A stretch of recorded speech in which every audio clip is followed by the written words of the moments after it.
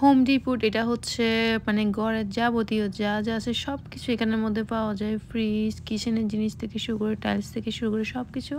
আর নার্সারিও আছে। আমি গিয়েছিলাম অবশ্য আমার ঘরের প্রয়োজনীয় একটা শেলফ কেনার জন্য।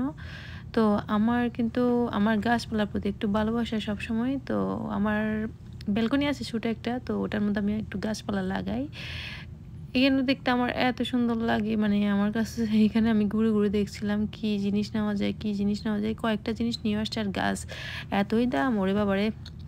তো এখানে হচ্ছে টাইলস দৌড়ে দৌড়ে দেখছিলাম, যখন আল্লাহ একটা বাড়ি করার সামর্থ্য হবে তখন আমি এখান থেকে টাইলস কিনে নিয়ে গিয়ে আমার বাড়িতে লাগাবো।